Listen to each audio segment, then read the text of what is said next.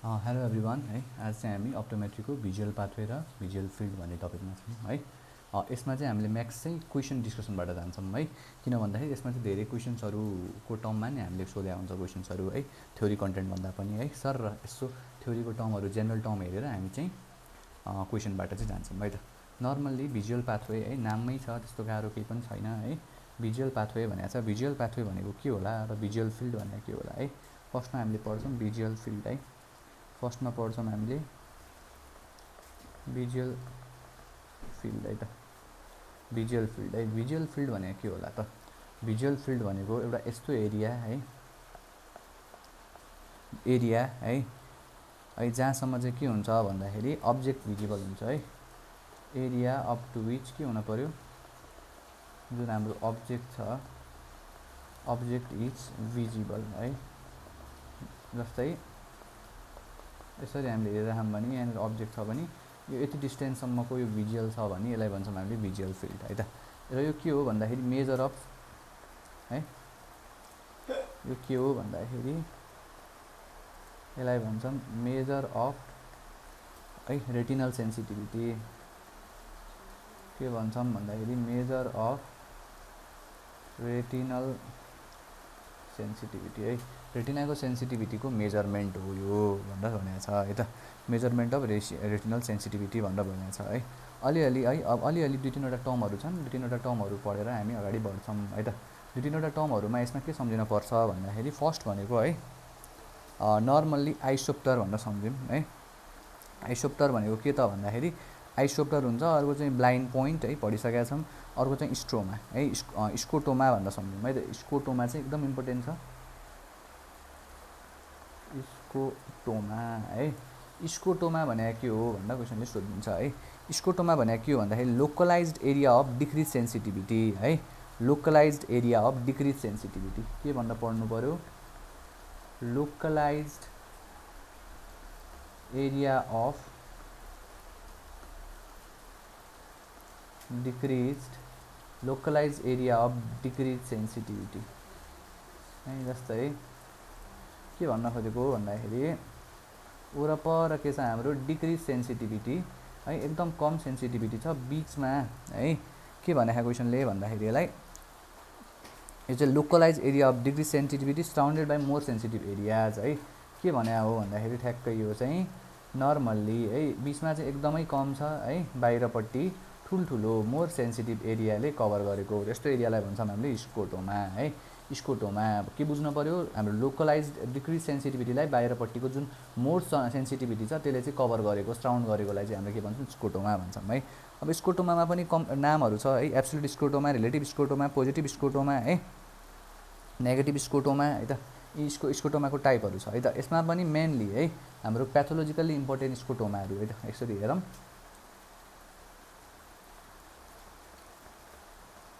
स्कोटोमाको types है। स्कोटोमाको टाइप्समा एउटा सोधिराख्ने भनेको हामीलाई के हो, हेमी एनोट्रोपिक है, हेमी एनोपिक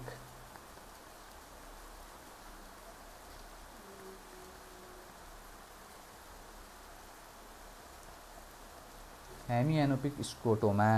यो चाहिँ के हो भन्दाखेरि dark spot where half of the visual field is affected है।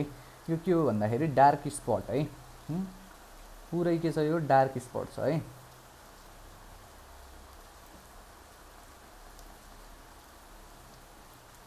एफेक्टेड बाई के त भन्दाखेरि dark spot affected by half of visual field है।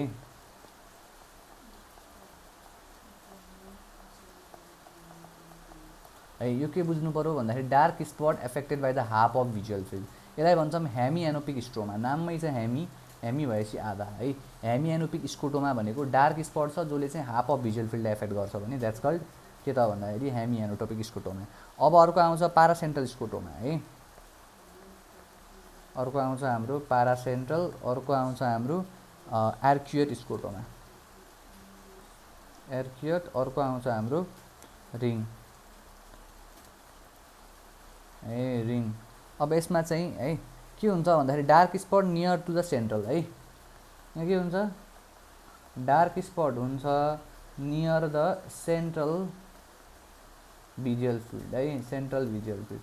सेन्ट्रल भिजुअल फिल्डको बिचमा चाहिँ गएर यदि डार्क स्पट छ भने द्याट्स कल्ड प्यारासेन्ट्रल। अब आउँछ एर्क्युएट है। एर्क्युएट स्टोमा भनेको यो चाहिँ हाम्रो near to the blind spot, यो के भन्दाखेरि near to the blind spot. अर्को भनेको रिङ भनेको चाहिँ के भन्दाखेरि दुईटा स्क्रोटोमा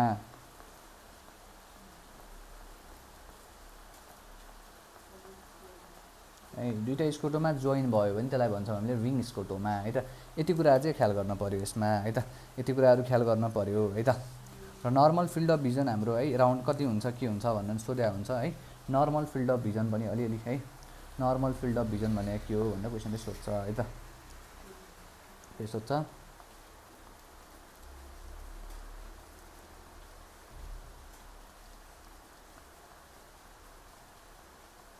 normal field of vision, normal field of vision सोध्यो भने एउटा हुन्छ सुपेरियर फिल्डमा, अर्को हुन्छ इन्फेरियर फिल्डमा है।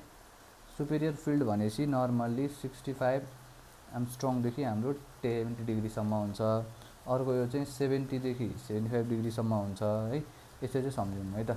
सुपेरियर छ एउटा, इन्फेरियर फिल्ड छ है त। नर्मल फिल्ड अफ भिजन चाहिँ यति सम्झिँदा हुन्छ है। अब methods of visual field testing भन्छौँ। भिजुअल फिल्ड टेस्टिङमा चाहिँ यसको टेस्टहरू छन् अलिअलि है, टेस्टहरू छन्, त्यो चाहिँ हामीले पछाडि नै है पछाडि नै डिस्कसन गर्छौँ है। र यसमा अलिकति है त, यसमा अलिकति इम्पोर्टेन्ट भनेको के हो भन्दाखेरि नर्मल्ली डिजिज कन्डिसनमा सोध्ने कुराहरूमा भनेको के भन्दाखेरि disease where visual field defect is seen है। के भन्छ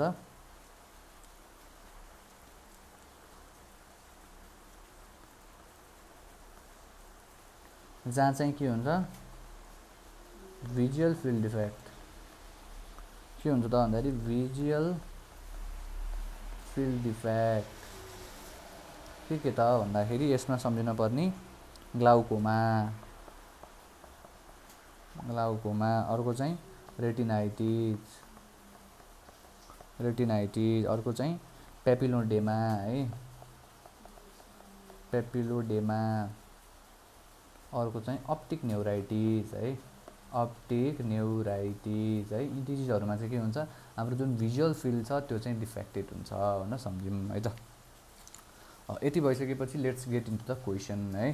let's get into the question. क्वेसनमा जानुभन्दा अगाडि हामीले भिजुअल फिल्ड पढ्यौँ। अब अलिकति है यससँग रिलेटेड अलिअलि इम्पोर्टेन्ट कुरो के छ भन्दाखेरि एउटा अर्को च्याप्टर हाम्रो भिजुअल पाथवे है। यो पनि हेरिहालौँ, गाह्रो छैन। Visual pathway. अब फिल्ड भइसकेपछि अब कुन कुन पार्ट हुँदै जान्छ त है। भिजुअल पाथवेले चाहिँ के लाई इन्क्लुड गर्छ र कहाँबाट चाहिँ यो जान्छ भनेपछि नर्मल्ली है यसले के इन्क्लुड गर्छ भन्दाखेरि आँखा है।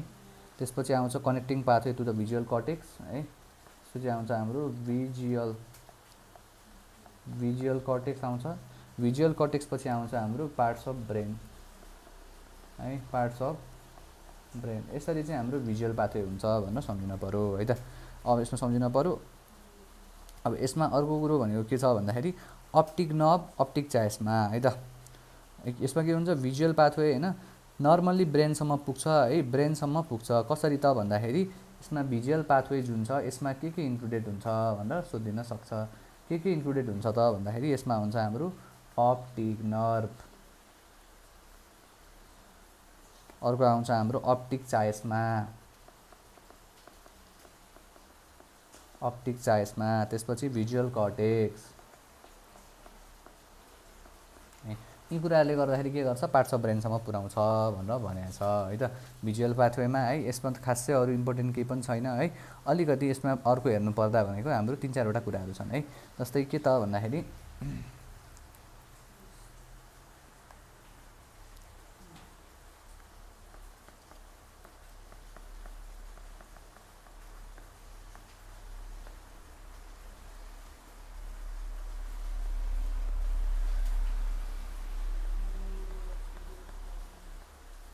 एउटा आउँछ पेपिलोडेमा, अर्को आउँछ अप्टिक न्युराइटिस।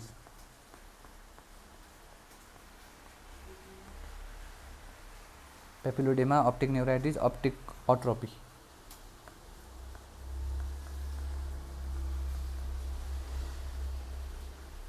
Optic atrophy.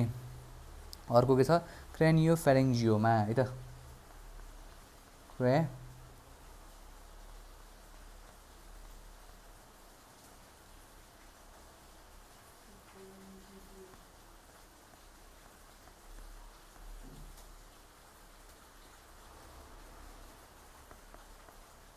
अर्को के छ प्रोस्पो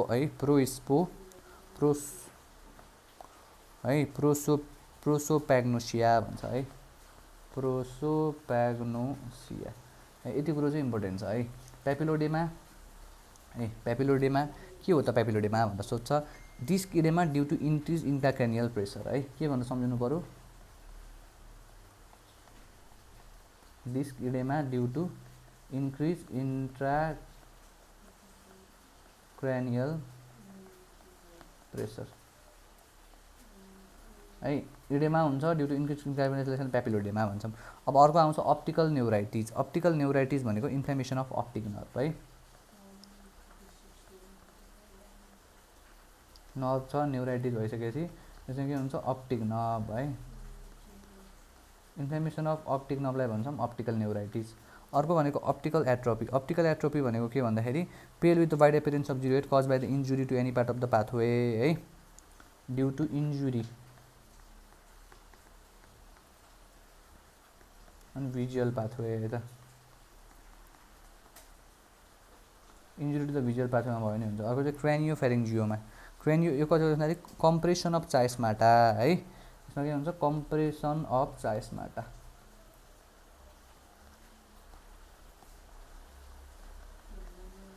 कम्प्रेसन अफ चाइस्माटा। अर्को छ प्रोसोप्याग्नोसिया होइन, प्रोसोप्याग्नोसिया भन्छौँ। प्रोसोप्याग्नोसिया भनेको यसले चाहिँ इनएबिलिटी टु रिकग्नाइज फेस है, मान्छे चिन्न सक्दैन है। मेमोरीमा चाहिँ अलिकति डिफेक्ट हुन्छ, सो यसले गर्छ भन्दाखेरि जुन आफ्नो रेकर्डेड डाटा इन्फर्मेसन छ ब्रेनमा त्यसले गरेर मान्छे चिन्न सक्दैन। द्याट्स कल के छ भन्दाखेरि प्रोसोप्याग्नोसिया भनेर सम्झिनु पऱ्यो है त।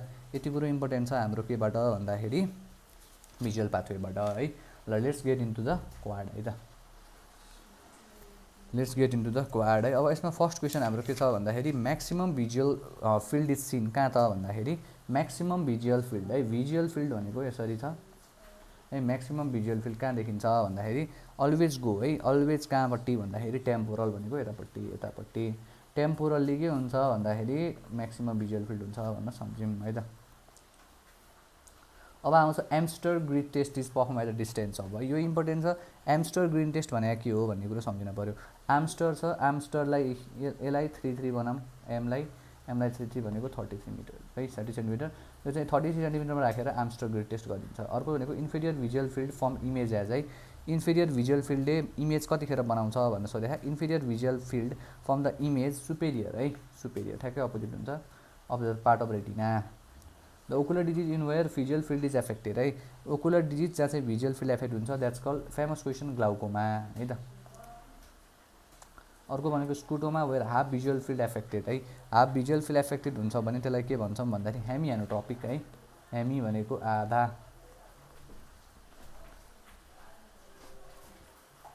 अब आउँछ एम्स्टर ग्रिड मेजर है। एम्स्टर ग्रिड भन्ने जुन छ, एम्स्टर ग्रिडले के मेजर गर्छ सोधेको छ। यसले चाहिँ के गर्छ, एम्स्टर ग्रिड छ, एम्स्लर ग्रिडले हाम्रो सेन्ट्रल है, सेन्ट्रल फिल्ड चाहिँ मेजर गर्छ है। एम्स्टर ग्रिडले चाहिँ हाम्रो सेन्ट्रल भिजुअल फिल्डलाई चाहिँ मेजर गर्छ भनेर सम्झिन पर्छ है त। कतिखेर निस्केछ यार, भिडियो गरेर चाहिँ निस्केछ के हो ट्याब। एकलोटी पढायो भने यस्तो छ हालत।